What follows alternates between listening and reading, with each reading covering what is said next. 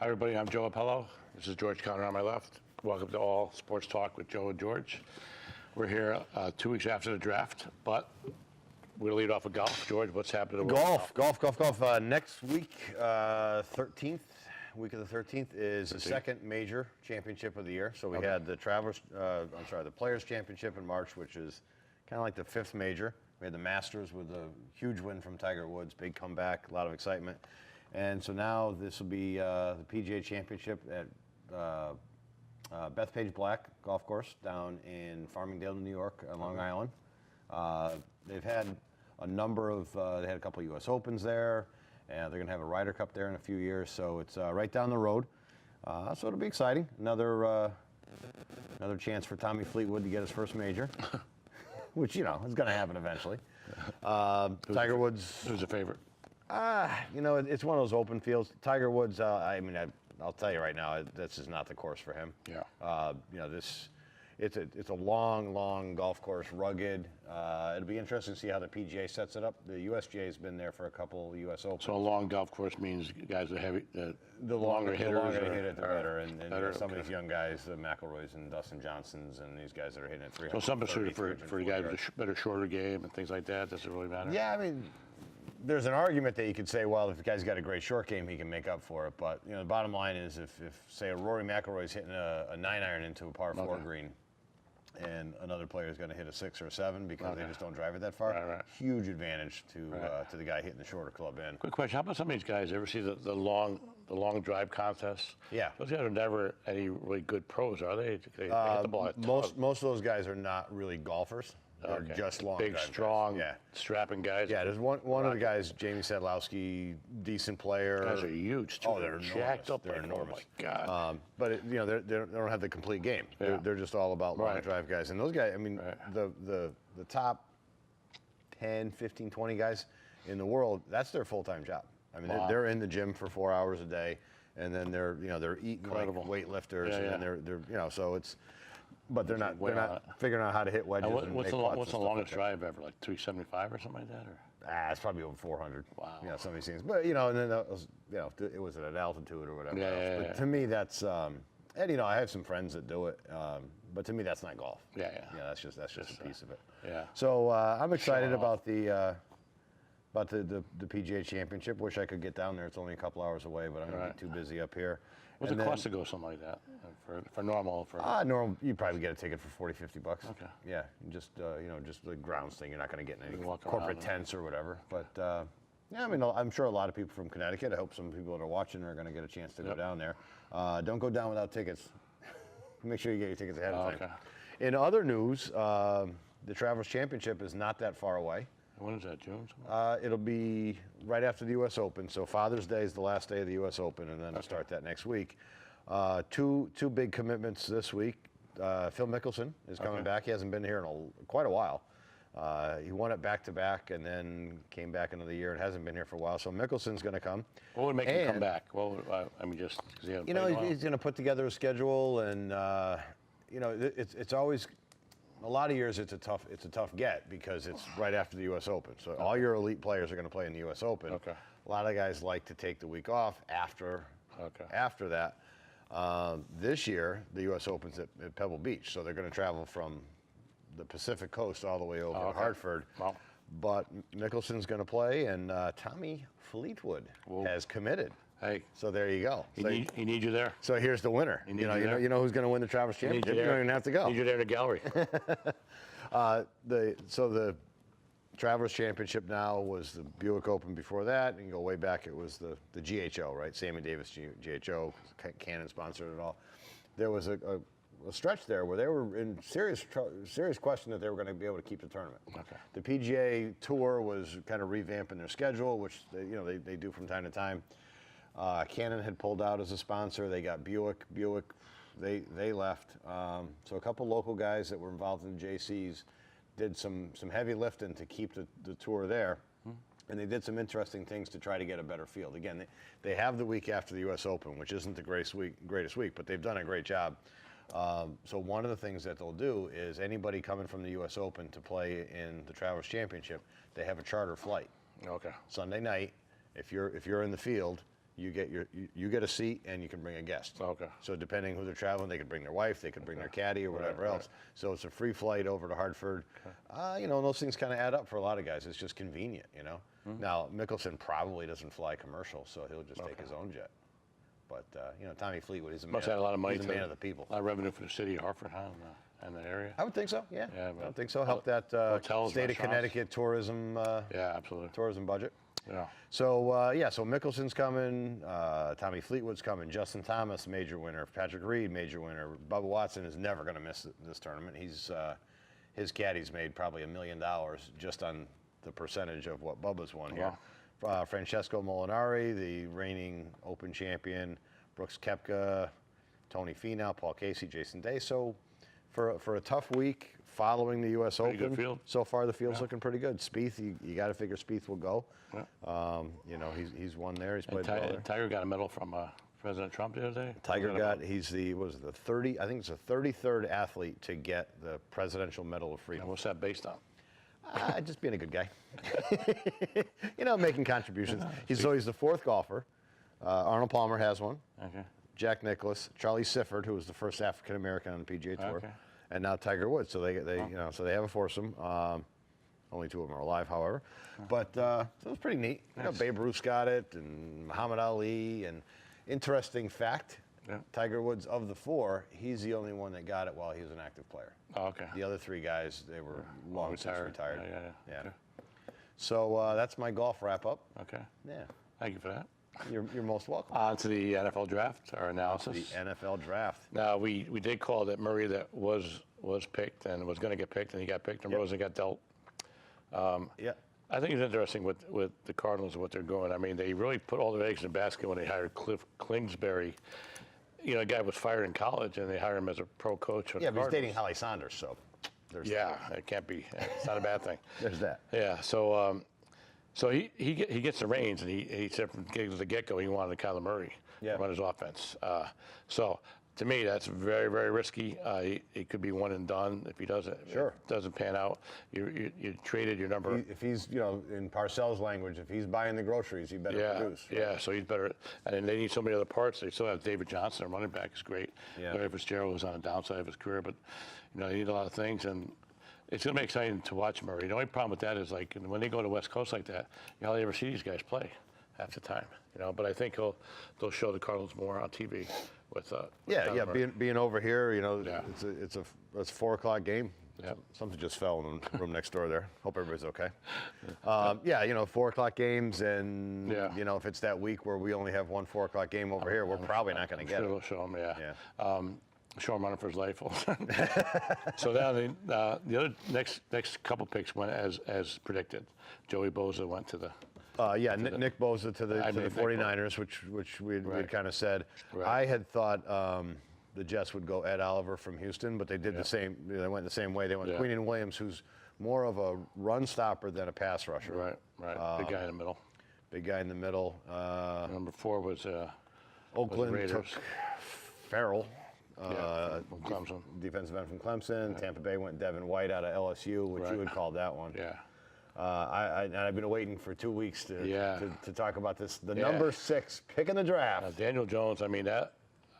So we're talking about the Giants took Daniel Jones, quarterback out of Duke, which was a surprise, a huge surprise. I kind of thought they didn't like Haskins for some reason. I think it was what we talked about, that he only had the 10 college starts. Yeah. I think that's huge, and then he had the size and everything. But with Daniel Jones, I guess he was under David Cutcliffe from Duke, and he was an Peyton Manning clone. Everything they heard about him, he's a 2-year captain, great kid, could have played basketball at Duke, they said. Jay Billis, he went to his camp, and he played with his son, Jay Billis' son. I guess tremendous athlete, tremendous leader, great kid, you know, smart, tangible, 6'5", 230. They loaded. I like the pick, but I don't know if I like it at 6. Now that's the thing. I mean, and so you got to figure. So they had the 6th and the 17th pick in the first round. They must have. Well, first of all, they really liked them. But they must have had some information that he was going to go before that, and the Redskins took Haskins. Right, and they were openly courting him from the beginning. Yeah, the Redskins were going to. So they might have felt that Well, the rest. Gettleman was quoted as saying, the general manager for the Giants was quoted as saying that he knew for a fact that 2 other teams were honing in on Daniel Jones, were going to take them. Okay. If they didn't take him at 6. Now, whether it's true or not, who knows? Well, you got to say that now. Right, but nobody else took a quarterback between the 6th and the 15th pick, which was the Redskins. Yeah. So nobody did now. So is that blowing smoke, or is that the truth, or is he covering his butt? So I don't know what the thing is. But I have no problem with Jones himself. I think it's probably a good pick. I like the intangibles that he has. The only thing I don't know if he throws a good long ball. That's the only downside, I think. But his leadership and his and he's got a little bit of a chip on his shoulder because everybody's criticizing the pick that it was not that pick. And so he's got, okay, I'll show you guys what's going to go on. Yeah. So now we'll see him under center 2020. Will we hold the clipboard this year? Yeah, he goes one more year, I guess, and then. Second half of the season, start getting him in some games. If the Giants keep winning and they do well and Eli's playing well, I think they'll hold off. Need to hold off Jones as long as possible without rushing him. I think that's the game plan. But who knows? Everything changes so quick. He gets hurt, obviously. Now the other thing too is Kyle Aletta, who was their 4th round pick last year. I guess he might be on his way out because they also signed Eric Dungy from Syracuse, who was a quarterback for Syracuse. They signed him as an undrafted free agent. Okay. They compare him to Tyson Hill of the Saints, almost identical in size, 6'2", 220, kind of a hybrid guy. He could play maybe tight end, running back, slot receiver. Kind of do what Tyson Hill did for the Saints a little bit. Throw a little bit here, so he might be like a jack of all trades type of guy. So he might be. So you got Jones. You really can't keep 4 quarterbacks, and Aletta would be the 4th one, and they still got. What's the other guy named? Alex Tanny. They still have him too signed. So I don't know. He hasn't played in like 10 years, been on teams, but I don't know what to do with him. Maybe he probably goes practice squad, and then I would think if Dungy can play, if he's versatile enough like they think he is, then he'll probably make the squad as a 3rd quarterback, back up other positions. So it's kind of interesting. Utility guy, gadget play type guy. Yeah. And then the Giants came back 3 first round picks. Yep. So their 3rd pick was DeAndre Baker, cornerback out of Georgia. Right. 17th pick. Geez, we didn't even say. Dexter Lawrence. 17th pick. It was a defensive tackle. Yeah, Dexter Lawrence from Clemson, who was the guy that was suspended for the championship game last year because of a banned substance in the system. Well, you get rid of OBJ, you got to get one troublemaker in there. You got to keep the balance. No, it's funny because Greedy Williams, the corner from LSU, was drafted by the Browns. Yep. So I don't know if you saw the Instagram. OBJ was on, some telecast. He was yelling, "Greedy, greedy! You look like a real jerk," Yeah. He kept yelling the guy's name like 10 times. It was just so juvenile. I'm really glad to get rid of him. To be honest, he was exciting to watch and all that, but I think he was overrated to some extent. Hurt a lot, and he's just too much drama, too much. Yeah. Too much. It's like gotta just play the game, and I don't know. But anyway, so that was another interesting situation. Everybody thinks the Cleveland Browns are going to be a team to beat, at least in that division. So you mentioned Instagram. So Rosen gets released. Yep. And then gets picked up by Miami. Dolphins, Within minutes for nothing too. Within minutes of being released, unfollows all his social media platforms: Facebook, Twitter, Instagram. Done. Yep. Just unfollowed the Cardinals. That was it. He's done. So it wasn't. We'll say it wasn't a great parting. So he's got a year under Fitzpatrick. Right? Is it Fitzpatrick there? Yeah. So that might work out. Well, mark my words, if Fitzpatrick has like a pretty good contract where it's out into the future, he's no good. Yeah. He only plays well in last year's contract. What did he play, about 8 teams already, maybe? Like that? Seems like a lot. Yeah, I mean 4 or 5 at least. It'd be interesting to see what happens. He had a great year with the Jets. He did. And then the Jets signed him to a deal, and that was it. There goes the motivation. And then, it'd be interesting to see what happens with Jameis Winston in Tampa Bay. Yeah. What happens with him? Now, there was some controversy down there because Bruce Arians is the new coach there. Yep. And they have, OTAs, which are voluntary workouts. Yeah, optional being the key word. But Gerald McCoy didn't attend it. And Bruce Arians made some kind of comment about pertaining to guys that aren't there, and then McCoy got all bent out of shape out of it. And then I suppose he's working out in the gym in California. It's like going crazy. It's like wants to burn it. And Arians could be considered a master stroke of genius with that motivation for him. So he said he's like 31 years old, and backing up a good contract, so he wants to prove it. But so after the Giants, who's after the Giants? Lions take Tom Hawkinson, tight end out of Iowa. Okay. Nothing crazy there. Ed Oliver from Houston, who I was thinking of for the Jets, went to the Bills. The Bills, yep. Devin Bush, linebacker out of Michigan, goes to the Steelers. Yep. Jonah Williams, you had mentioned, tackle out of Alabama, goes to Cincinnati. Rashawn Gary, defensive end, goes to the Packers. That's a risk, I guess, because I guess when he came out of high school, he was the #1 high school player in the country when he came out. Yep. And I guess he really hasn't progressed as they thought he would at this point. And he had a medical issue, a heart condition. Okay. But I guess he's okay. He was cleared to play. Yeah. But he's okay. I feel like the Packers more than I think they need some downfield. Total transition, that team. Boy. Yeah, I think Rodgers is under. He's not in the rosy confines of Lambeau Field anymore. He's getting a lot of criticism, but I think they need to give him some downfield weapons. And Clay Matthews left. He's on the Rams now. Yep. And they gave somebody his 52. It might have been Gary that gave us 52 too. Yeah. But then who was after that? Then the Dolphins take Wilkins, defensive tackle out of Clemson. Okay. That guy's something else. That's the guy that can do splits. He's like 6'2". You can do splits.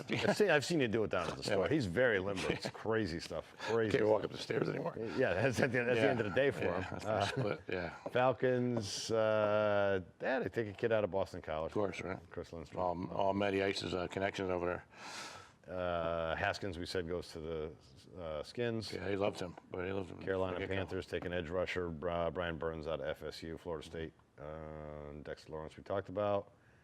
Garrett Bradbury, center from North Carolina State. NC State goes to the Vikings. Center's a pretty interesting position. It's kind of, you don't really hear much about it or whatever. But like Mangold, when he was with the Jets, was a staple there. Mangold. He was tough. I mean, it's a pretty intellectual position because he's got to call all the blocking coverage and everything else. Yeah. But not somebody that's going to get a lot of play. Sounds overcomplicated, but you just block the guy in front of you, right? You go right, you go left. They're doing all this other stuff and that. So. You ever hear somebody's play calls when they call from the sidelines? Oh, it's hilarious. X14, 35 trip, double. It's like what? Yeah. Oh my God, these guys!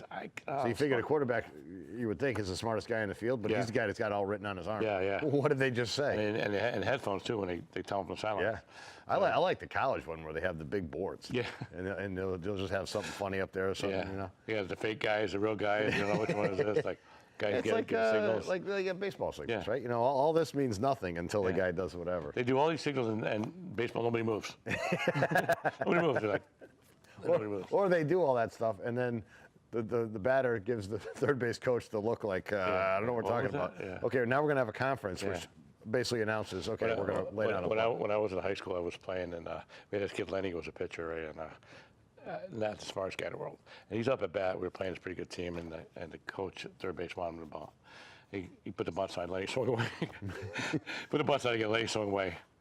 Coach is fuming down third base. I mean, he is like, his face, he's like, and he's 0-2. He calls time, and he goes, Lenny, bunt. I'll never forget that as long as I play. He's like, what? He goes, just bunt. All right. Oh, it was great. Rob Dibble, who grew up in Southington, and I knew Rob was a little bit older than I was, but I knew Rob and his family and all. We were involved in the same school and everything. So when he was in high school, I think it was high school, maybe college, he got on some kind of national team, and they went over to Japan to play, to play like this international type tournament or whatever else. And they're going through all this other stuff, this, that, and all of a sudden they realized, well, they speak Japanese and we speak English. So they just started yelling out, hey, hit and run, lay down a bunt. Yeah, exactly. Pick them off, throw over. The tricky guy is bilingual. I know what's going on here.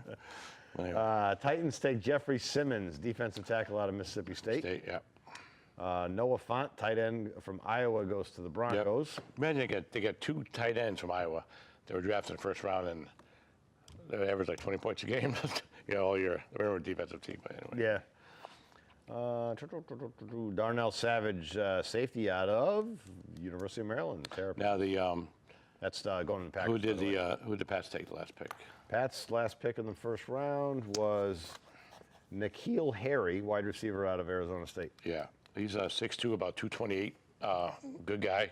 He was waiting the whole time. I saw a special on him, and he got a lot of potential. He's going to be going for them. They took Jason Stidham from Auburn, too, later on. So that's I think he was 4th-round pick, I think. So maybe he might be the heir apparent to Brady, you know. heir apparent to Brady, you think? Yeah, a couple of years. Who knows? Yeah. Who knows? But who else? The Jets took, after they took Quentin Williams, who did they take after that? They took. They did not have a 2nd-round pick, I believe, right? They took a couple of big guys in the middle. They took a couple of big rushers. Yeah. Giants did not have a 2nd-round pick as well. Giants took a wide receiver from Auburn, I think, Slayton. Okay. A speed bunner. I mean, he's like. Patriots took Joejuan Williams, cornerback out of Vanderbilt, 13th pick in the 2nd round. And I don't know if the Giants had a 2nd-round pick, did they? I don't think so. He had a 3rd or 4th. I know the Jets didn't because that was. Yeah. So. So. It's such an inact science. I mean, you don't know guys. You know, and you listen to all the talking heads. You know, they grade every pick, right? Oh, this is an A, this is a B, this is, you know. I didn't see anybody give the Giants DK Metcalf went to anything great. Seattle. Did you see that when he walked to the press conference? No. Pete Carroll took his shirt off. They came in the office to meet the coaching staff. They told him to take his shirt off as he walked in. So because this guy's the guy has 1.2 body fat. Monster, yeah. So he walks in, and as soon as Pete Carroll saw him, he took his shirt off too. Big laugh. But, yeah, that was pretty good. Yeah, but, Jets. So coming back in the 3rd round, Jaquale Polite, edge rusher out of Florida, which they do need. He had some personal issues, I guess. He had trouble with the law, or whatever. But I guess physically, I guess. Law. Yeah, University of Florida, go figure. Yeah. What are you saying? Yeah, and so that was. Then they get Ed Oga, tackle out of USC, also in the 3rd round. So they had 2 3rd-round picks. Oh, Andy Isabella I think his name is Isabella, from UMass, got drafted high, 2nd, 3rd round. I forget who got him, but he's 5'9", 175, had like 120 catches last year, UMass. Like a Wes Welker type. I forget which. That's such a tough call. I mean, well, you know, the Giants take an edge rusher out of Old Dominion. I mean, you're talking UMass, Old Dominion versus a USC guy. You know, I mean, who are you playing against? I think what happens, a lot of those guys, they're kind of small or unknown, obviously, when they get in there, and they get big, strong, and they all of a sudden develop, and they're already there, and they stay there. Yeah. You know, and they're like, well, okay, I might as well stay there. My talent is going to be good enough for them, for someone to find me at some point. Yeah. You know, I mean, you know, everybody's going to But find you know, me. if you're 5'9", you can take all the steroids you want. You're not going to get taller. Yeah. Yeah. But like you say, you know, Welker was never a big guy. No. Wayne Corbett was never a big guy. Yeah, Edelman was a quarterback, and Kent so State. there's a spot for that guy in the right system. There always is, yeah. But Definitely. you know, do they have the right system to you know, for a guy like that? I think the most satisfying thing for me to draft, when I watch the draft, is when they make the calls to the guy. I think that's pretty cool. Yeah. They tell him the guy's at home or whatever. You know what's really funny though? Is some of these guys, they embrace Roger Goodell like he's like their best friend. Yeah. When they come out there, it's like you don't even know the guy's name. Well, they figure some years down the road they're going to be in a little trouble. Hey, remember that hug we had at the draft? You know, we're tight. Did you see? I think it was Jim Brown actually announced the Cleveland Browns pick. I think it was Jim Brown. He says, and in the 2013 draft, Cleveland Browns draft, somebody had the wrong year. Oh, jeez. Yeah. And then some of the guys walking in and they're like, hello, everybody. So I get the crowd fired up. It's kind of it's kind of redundant. Well, I was like, being a Jets fan my entire life, there's been a lot of years where if the draft is somewhere in the Northeast, you know, and in the Jets pick, and it's just a resounding boo and catcalls and everything else. Who is it? Why are we doing this? Why aren't we doing that? Yeah, it's kind of funny. There's a lot of people there nationally. It gets 150,000 people out there. It's not like there's nothing else to do in Nashville. It's a great city. Caleb Wilson, tight end out of UCLA, last pick in the draft, Arizona Cardinals. Mr. Irrelevant. Yeah. Mr. Irrelevant, yeah. Who knows? So that was that. Drew Lock got picked by the Broncos. I liked him. I think he's going to be a good one. Yeah. He got picked by the Broncos. He might be playing pretty quickly. Well, they got Joe Flacco. I don't know how he's going to, does he come in focused or not? And, you know, prove everybody wrong. But also the Ravens got another quarterback to compete with Lamar Jackson. Who the heck was that? What was the Ravens' other quarterback pick they got? Somebody decent. Take me a minute to pull it up. Yeah, but So I mean, the Giants had, what did we say, 8, 9 picks, 10 picks? I think it's 10 or 11. Yeah. So I mean, Gettleman's, Yeah. like you said, this could be a kind of a make or break. You better hope that these guys come through. I mean, because if they don't, I don't know. Yeah, that many picks, you spend all that money, Yeah. and then what's going to happen? Yeah. So Jaguars, Josh, would you say Jaguars or Titans? No. What were you just talking about? Drew Lock went to the Broncos. Ravens quarterback. They took someone. What was they taking? They took Second someone, round or something? Second or third round. They took a decent quarterback Yeah. to compete with Lamar Jackson. But yeah. Alabama had like the most guys taken, I think. They had 12, 13 guys Kind taken. of unseeded Ohio State in that regard. Yeah. And there's years where Ohio State, Yeah, was they're always getting 75% of the first round. Yeah, 10 or 12 guys, yeah. Yep. But anyway, I think the bottom line with the draft is such an exact science, and then you just, some guys come in hungry, some guys work harder, some guys take it easy. So I think it's all up to the individuals. Broncos had picks 9 and 10 in the second round. Went Risner in their first pick, tackle out of Texas State, and then they went with Locke out of Missouri. Yeah. So that could be the future guy. Flacco's not your future. He's kind of a I think Locke's utility guy, He's my sleeper. He's my sleeper of the whole draft. I thought he was going to be pretty good. Okay. Will Greer, he went to. Did he go to Baltimore? He went somewhere. He might be a factor somewhere. Okay. Might be a good back. Anyway. Yeah. So your Yankees are starting to play a little bit Yankees better. are just doing it with, I don't know. Smoke and mirrors? Man, one day they had a lineup, they had I think Maben at left, Gardner in center, Mike Tauchman at right, Gio Ursello at third, Torres at short, second base was Tyler Wade, and first base was Voit, and then Kyle Hikishoki catching. It was like, oh my God. It was literally a minor league team. Where is their double-A team? Yeah, Scranton. Yeah, I mean, they're just like Scranton have a couple rainouts. They just brought the whole. Well, the thing is that with the Yankees, they've been really getting behind. Their pitching's been outstanding. Yeah. And that's what saved them. And I mean, look at the line. I don't know if we talked about this last time when they have. Oh, the their all-star lineup that's on the DL. Yeah. It's probably better than 90% of teams in the major leagues. But they're up to they're playing 600 ball. They're 21-14 as of May 8th. Again, guys back slowly. I guess Andujar's back. He DH'd the other night. Yep.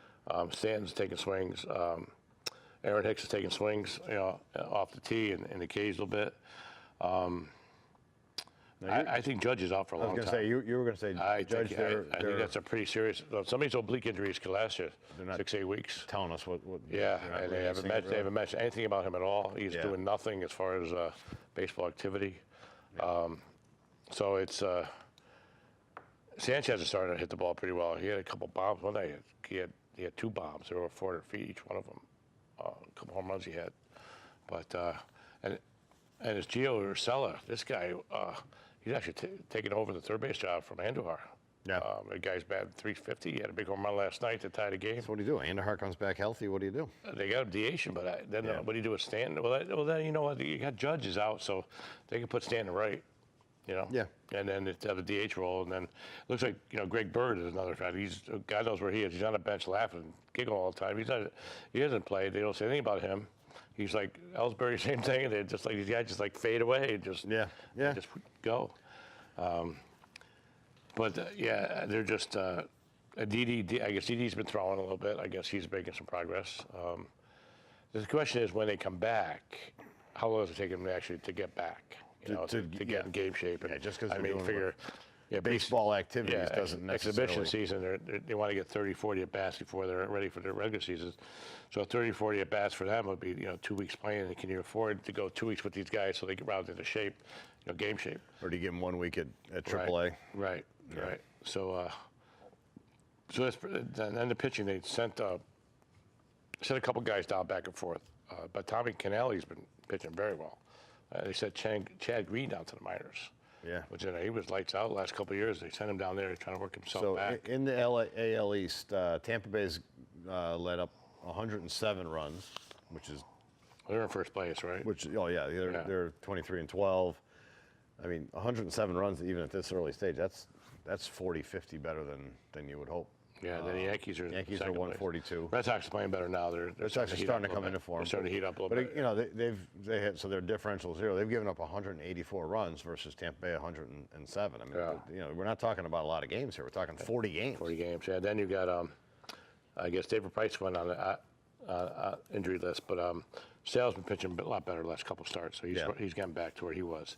There was a little worry there; he wasn't doing much. Yeah. Just trying to hit the ball. Pedroia went down minor leagues for rehab again, I guess. Yeah. My gut feeling with Pedroia is just done. He's just too much wear and tear, and he's older on the knee, and it might be that time to Wrap it up. Wrap it up. Yeah. Just, kind of fade into the sunset. Right off in the sunset. But the Yankees, it's obviously a long season, a long way to go. 4 more months. Their stars get back one by one.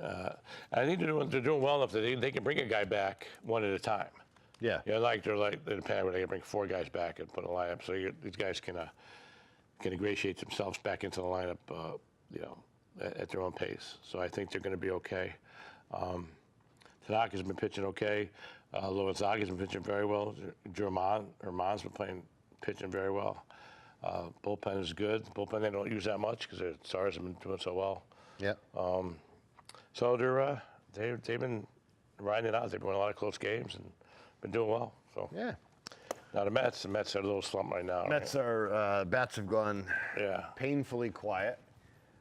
If we were taping the show last Wednesday, the statement would be DeGrom and Syndergaard are just not top of the rotation type guys. Yeah. That being said, Thursday, I was in the car. I got to listen to the whole game. DeGrom went 9 innings. I think he ended up maybe as 100 pitches, 98 pitches, lost that whatever game? else. Won that game, and they won it on Syndergaard's home run. It was a 1-0 game, and Syndergaard hit a solo shot. So he threw a shutout. I think he gave up 3 hits, and hit a home run. The DeGrom game he lost. Did the whole thing. I'm talking about the Syndergaard game. Okay. 9 innings. He's responsible for the only run. I mean, that's a man's man right there. And the old days, like He's high got school that days. Tommy Fleetwood hair. That's what it is. DeGrom is back to it's like 2018 all over again. Pitched a gem the other night and got 0 runs. Vargas pitched 4 good innings the other night, but then he got hurt, came out. Yeah, I mean Vargas. The problem with Vargas is, I mean, you like him. I tend to. If he gives you 5, it's like a bonus. But so every time he goes out, you almost. I mean, and Callaway says he doesn't, but you got to figure the night before Vargas, you're already worried about your bullpen because you're going to need at least 4 innings the next night. Vargas pitched the day after they had the 18-inning game last week. Yeah. And even Callaway said you got to give it 7 innings. He lasted 4. Yeah. But they got lucky.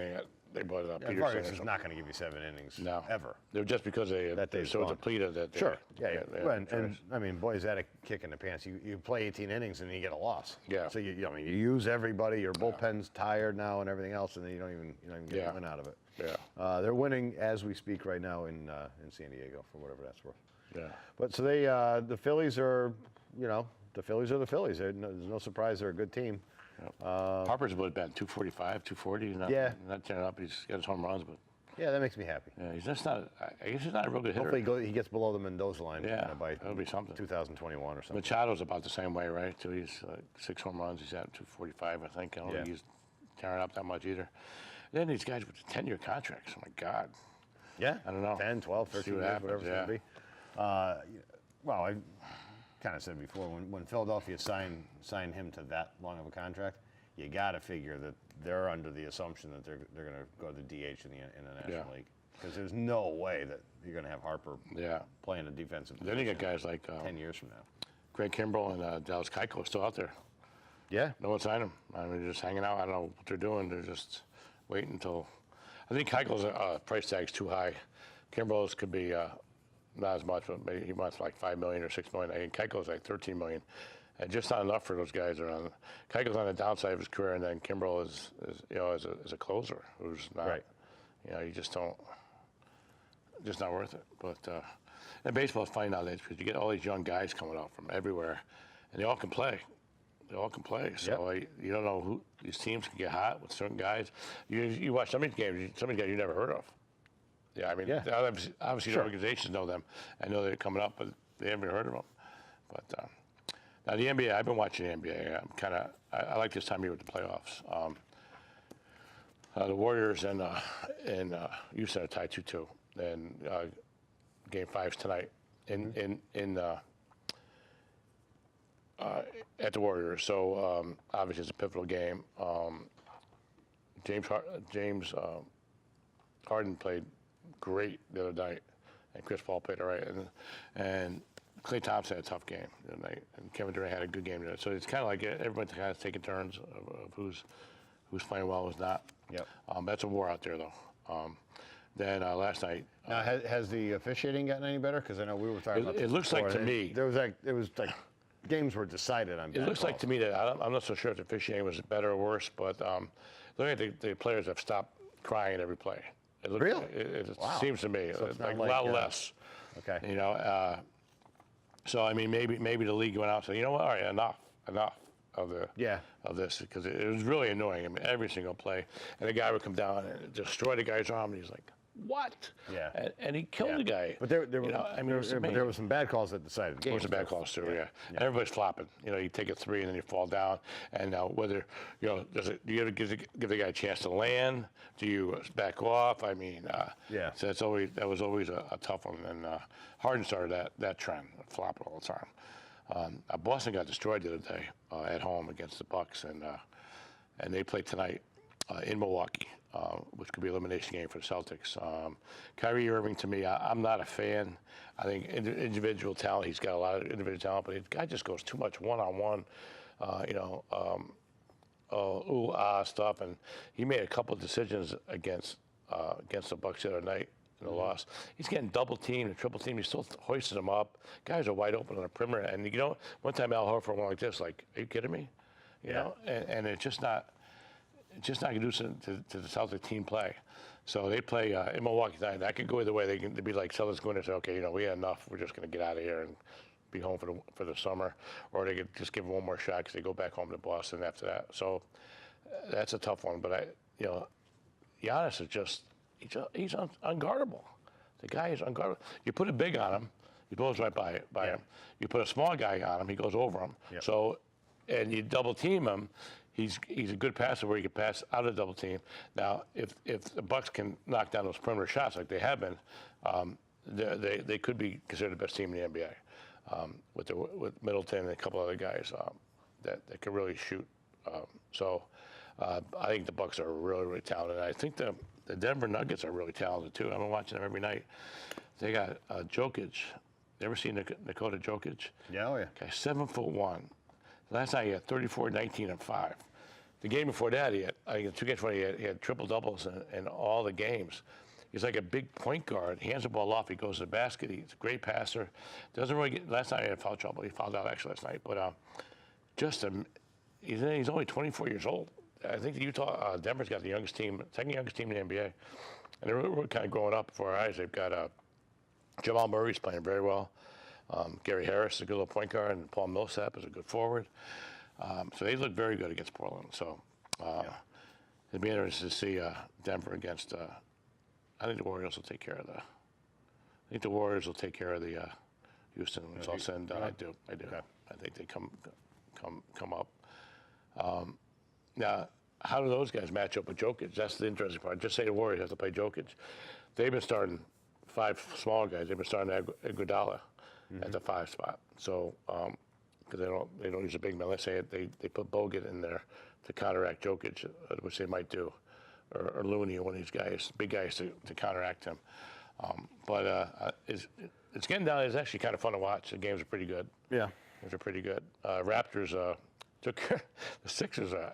Joel Embiid. I mean, I'm not a fan of him either. That guy's a nut job. He's a literal nut job. He played a game.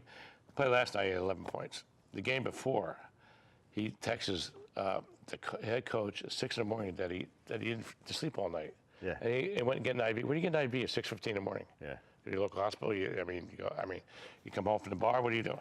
Right. So, and then he shows up and he has think he had 7 points or something that game. He got blown out. It's just like, then 2 games before that, he had intestinal virus, and then before that, the other series he was out to.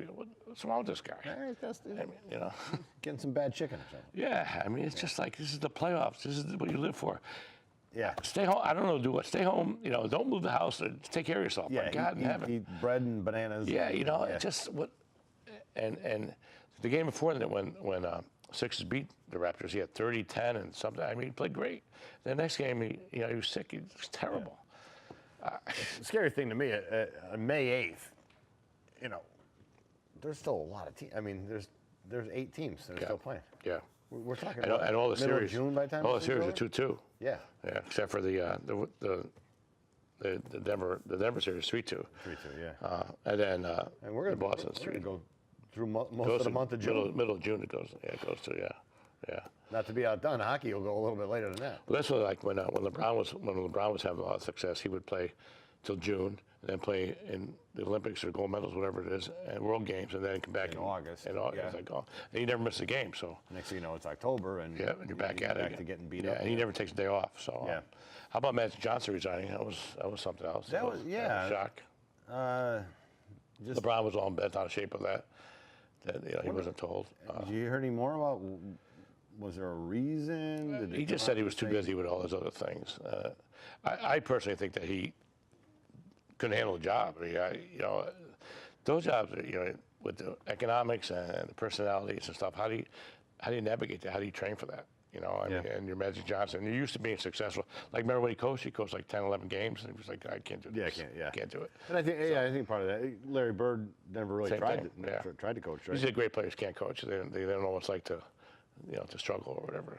Yeah, and I mean that is a different skill set. Yeah. If you look at, I mean, the NBA is a little bit different, but for the most part in the NFL, those guys they played. Yeah. They weren't superstars. Yeah. I think in all sports, and I think it's, kind of who you are. Yeah. If you're the team guy, you understand more of the management of things and this and that. Whereas if you're the all-star, you don't worry about any of that stuff. Yeah. Interesting thing is, and Girardi certainly proved the point. Just jumping back to baseball for 2 seconds, catchers tend to make really good managers. Right, absolutely. A lot of them around. A lot of game management type stuff. Yeah. Yeah. I was a catcher myself. By the way. Joe was a catcher. I don't know if you heard that or not. Yeah, Girardi. And he's a great manager. Yeah, you got Mike Matheny. You got a couple guys that are catchers. Yeah. Yep. Thinking part of the game. I mean, I think it's a lost art. I think guys don't think enough or adjust enough or figure things out on their own enough. Yeah. With all the analytics and stuff like that, you would think that. And I think the catcher, say, becoming a great manager, I think that's going to tend to go away too, because so many of these games now are called from the bench. Yeah. They have the stats where they have the curves where the 55% he hits here, 30% he hits here, 10% he hits here, and they just adjust accordingly, just playing total percentages. Yeah. So I mean, you see it a lot now. The catcher, as soon as he throws the ball back to the pitcher, he's looking in the dugout to get the next pitch. Yeah. But like you say, I mean, I'll go back to Tony La Russa and the metrics and the computers and everything else, and it makes sense. If you can quantify these things and look at trends. And I always thought that as far as baseball goes, keep the line moving, get on base, and just keep get guys going and make things happen. And you strike out, obviously, nobody's gonna get on base or anything. But that's why probably on base percentage is probably one of the bigger stats. Yeah. Hey, what we didn't talk about, and one of the, I think it's the first time it's ever happened, is the Kentucky Derby. Yeah, that was crazy. Maximum security.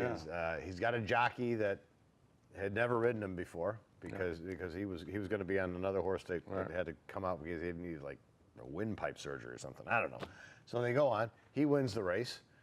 Within, 15, 20 seconds, a couple of horses challenge. They say, well, he interfered. And so I actually had a chance to watch this. And did you see where the interference was? I couldn't tell. So it was soaked. So the track is just mud, this, that, and the other thing. But you could see where they had gone around to groom it, if you will. So they had, probably some kind of a tractor with something on the back.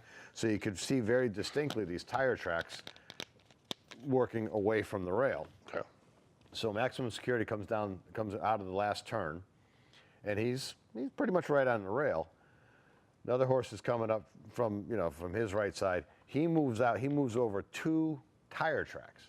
Oh. So if you figure a tire track is, I don't know, 3 feet, say something. 6 feet wide or Yeah, something like yeah. that, he moved out a good 12 feet, and they ended up, you know, So disqualifying. you're the supposed to horse. like stay in like your own lane per se. I mean, that's what Basically, yeah. I mean, because it doesn't make sense to move off the rail coming out of a turn. Yeah. And now you just have to cover more area. Right. So they said that no, he interfered, and the number 20 horse was Country House, Yeah. 65 to 1. Yeah. Wins the thing. Now, again, I'm watching it, and you know, I figured, you know, they're not going to overturn it because I mean, Yeah, they never do it. That's brutal. Yeah. And they've never done. The only time that's happened before where the winner got DQ'd was they blood tested him afterwards, and there was It's a different. system, but never anything for like this. But you know, there's that iconic image of the crowd in the field Yeah. or whatever else, and the race is over, and they rip their tickets up, right? Can you imagine? Now you're scrambling over the floor. Yeah. Where's my name? Taking a $100 ticket to win on. Trying to pace it together. Yeah, you know, on Country $6,500. It's Yeah. crazy. Yeah. So Yeah. I don't know. I'm not a big horse racing guy. I'm not like Mike Francesa. He knows everything about horse Oh, yeah, racing. sure. He knows everything about About everything. everything, yeah. But All the answers. I just happened to have a chance to watch it, and Yeah. it was pretty I exciting. watched a little bit of that too. Yeah. Yeah. Yeah. So maximum security now, I guess. You know, he's disqualified for the race. There's no probation or whatever Right. else. But they did announce he's not going to go to the Preakness. Preakness, yeah. Yeah. I actually bet $10 on the Tom Brady picked a horse. I bet I forget what his name was. I You lost. bet a horse based on Tom Brady's advice? A couple of people said Did he call you? Text you? No, so No? yeah, so I lost my $10. Yeah, okay. Yeah. Well, It could was, have been worse. It was 20 to 1 or something like that. So When I was a kid, I had cousins that lived up in Saratoga, and we'd go up quite, 3, 4, 5 times a year, holidays, this and that. But we'd always go up during race season. So in Saratoga, there's 5 weekends Right. that they That's go for. Francesca's stopping ground. And boy, it was a lot of fun. You know, Yeah. we just go It in. was fun. I don't know. I think you paid $2. You go to it was called Top of the Stretch. Yeah. And we were Yeah. we were in high school or whatever else. So you put $2 on some 50 to 1 thing, and Yeah. you was watching throw away this- $2. I was watching 30 for 30 last night. They had talking about Len Bias when he Oh, really? when he OD'd. That was amazing. Remember that? I was in Fairfax, Virginia when that happened. That was Amazing. my September, because I think I was like a few was- weeks it- into my freshman It was year. it was a of draft. college. It was a draft, so it was in June. Well, they drafted him in June, but did he? He drafted him and he went up to Boston that day and signed or something. It was in June, yeah. So he passed away in June. Yeah, I think so, right, Okay. right then and there, because it was funny because he was home with his parents. He said, "I'm going to school to see my friends." He went to school, and I guess they were a bunch of guys in the dorm, and they were doing lines. But when these other guys knocked on the door, they put the stuff away. And they were just drinking. And then when the guys left, they would do more. And they said that they were sitting there, all of a sudden, Len Bias just starts having convulsions and whatnot. And then they called the cops. I mean, Ambulance. ambulance and stuff. They got there and they never saved him, but Yeah. allegedly he never did it before and this and that, and that was quite amazing. Yeah, and that amazing. so that would have been June of '85. So then I started, I'm just down the road from University of Maryland in Northern Virginia, and that was when that was a pretty good program. Yeah, The Terrapins had a pretty good basketball program. Lefty Driesell. And then Lefty Driesell got into trouble Yeah. that fall, and that was he retired too. They He resigned, yeah. yeah, there was some NCAA violation Yeah. type thing. So I mean, it was a really good program that Yeah. just kind of spiraled out of control. So rumor has it that KD is going to go to the Knicks. It's the latest thing. Really? Yeah, and then Kyrie might be out of Boston. If they lose tonight, I think Kyrie might be out. I don't know what this guy wants. I mean, played with LeBron already. Yeah. And went through that. Now he plays at Boston, which is supposedly a better team game and a good place to play. Yep. And now we're gonna go. What do you want? What do you expect? Yeah. I mean, Yeah. so I don't know what's gonna happen there. And then what else has happened? There was a girl in the WNBA. I thought this was interesting from Japan, 6'9". You see that? Yeah, 6'9". She's decent. 6'9"? 6'9". She's pretty decent, I guess. She might be the number 1 or 2 draft pick in the WNBA. Wow. Yeah. From Hey, Japan. just to throw it back to baseball a little bit, or to golf rather, Bubba Watson's wife played basketball at University of Georgia and played in the WNBA. Really? That's my way of getting a little golf back. What was that? I don't know, Bubba Watson's wife. I don't know. Mrs. Watson. Mrs. Watson. Of course. Not then, but now. She's yeah. not 6'9", but Yeah, yeah. she's probably 6'2". Yeah, well, heck of an athlete. You might have some athletic kids, those guys. All right. What else we got here? Okay, so we got the Mets out in the West Coast coming back home, right? Yep. Pretty soon. Yep.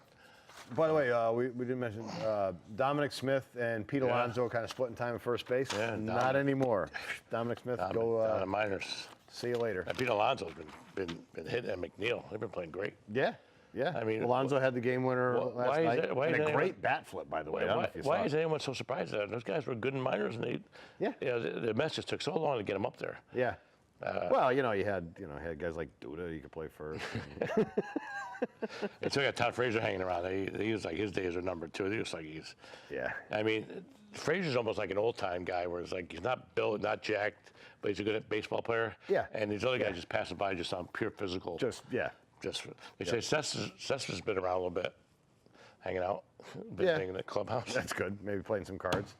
In other Jet news, I think we talked about it a few weeks ago. Ron Darling came out with the book and really kind of threw Dykstra under the bus, and a lot of people, and it just came out.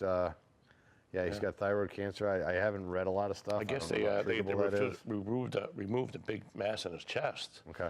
And he's got thyroid cancer, but he says it's treatable. But of course, they always say that. Sure. I'm not being a pessimist, treatable, but it's always expected to make a full recovery. But once you get cancer in there, man, who knows? It always can come back. I mean, there's no guarantees, and so that was obviously you never want to hear that. Here's a guy that's got everything going for him. Yeah. Got a nice life, and then you get hit throw a curveball. And Played at Harvard. Yeah. Yeah. So he's got a Harvard degree. Yeah. World Series ring. Yeah. With the Yale. Oh, Yale. Yeah. Oh, okay. I thought I said No. Yale, Harvard, it's all the same. I by the way, didn't apply to either of those colleges. No, you went to Yale. Yeah. Okay. So Ivy League degree. Yeah. Yeah. World Series ring. Sure, he's got a beautiful Job wife. with SNY, and got him made. hopefully God watches over him. Todd and takes care of him. Todd Zeal was filling in for him. He's all right. He was all right. Nothing great. And they had who was it? The Yankees. When the Yankees on the West Coast, Jeff Nelson was working too with Kenny Singleton. So he was Okay. That was interesting too. But yeah. Now, when it comes to the Yankees, I just want to hear the radio. He's the best. He's just the best. And by the best, what are you saying? He's just hilarious. Don't you know Robinson Cano and oh my God. He's visually impaired, by the way.